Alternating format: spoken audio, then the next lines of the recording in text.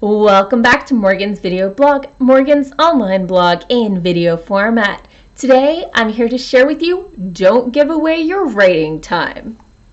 Sunday, in many parts of the United States, except the very intelligent Arizona, was the start of daylight saving time, a ridiculous practice in which we pretend it's daylight longer by rolling our clocks forward. I am exhausted and underwhelmed at having lost an hour of sleep. I know that for people with children or pets or sleeping disorders, it can be much harder. I'm just whining here. Your internal clock and your pets and your kids are not able to understand why we're getting up earlier. I don't think I do. But at least I can console myself with the knowledge I will get that hour back come late fall. But all too often, we just give away our writing time without a government-mandated clock adjustment. This is going to be one of those do as I say, not as I do inspirational posts that I'm mostly writing for me, but I hope the rest of you at least get some tidbit of inspiration from. So when it comes down to it, all writers can categorize their time spent not writing into two categories. Category 1, intentional time spent not writing. We all have obligations and lives outside of our writing.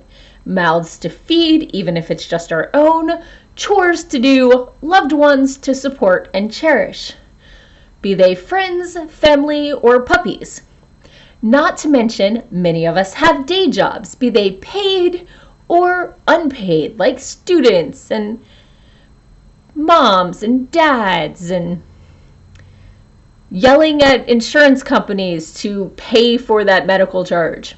All these things take up time and energy and deserve our undivided attention, hopefully. And if you're me, you probably want to fit some sleep in there and contemplate exercising. Plus, we all need downtime. Being 100% on all of the time is exhausting. Scheduling 100% of your time is going to lead to you being checked out whenever you can get away with it. Schedule in the things that motivate you or refresh you. TV binge watching, training for a marathon, reading a book, or taking long walks on pretty spring days. Whatever brings you joy and helps lower your stress levels. Next up, category 2 of time spent not writing. Unintentional time spent not writing. You probably guessed because you're very clever. I mean, you're following me.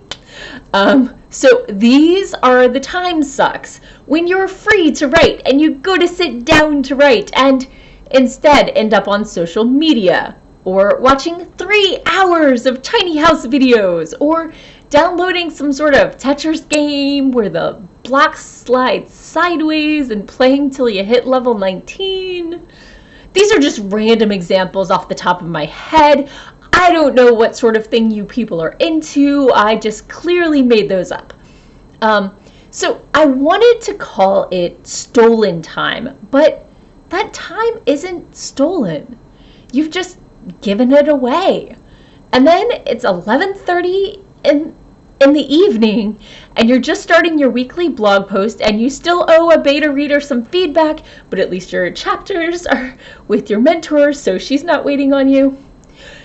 If you're not careful, you can lose all of your writing time in the blink of an eye. For those of us without agents, we create our own schedules and goals, and we're the only ones holding ourselves responsible. Is the extra downtime puttering worth it? Now, I usually say, unlike exercise or people, if you don't have time for your writing or it's not bringing you joy, you can always put it away for a couple months or decades, and it'll be there waiting when you're ready. Now, I'm never quite sure if that analogy is comforting or creepy, but hey, it is what it is. That said, the last person I said this to is past retirement age, and they reminded me not all of us have that much time. And they're right. Not to mention, none of us is guaranteed tomorrow. Only you can decide if goofing off and getting more downtime is worth giving up your writing time today. Maybe you're having an off day. Maybe you're just stuck in your writing and you're letting your brain try and process in the background without forcing it too hard. Maybe you're tired and brain fried and don't want your writing to look as coherent as a cold medication-inspired ramble. But maybe you're just not focusing on your goal and you need to buckle down. Look at your dreams and your goals and the people who matter most to you. Decide what you'd regret most not doing that you know you definitely want to accomplish, and start your list of priorities there. Thank you for tuning in for another episode, and as always, if you have any comments, put them below. Feel free to subscribe and tune in next week for more writing tips and writerly musings. Bye-bye.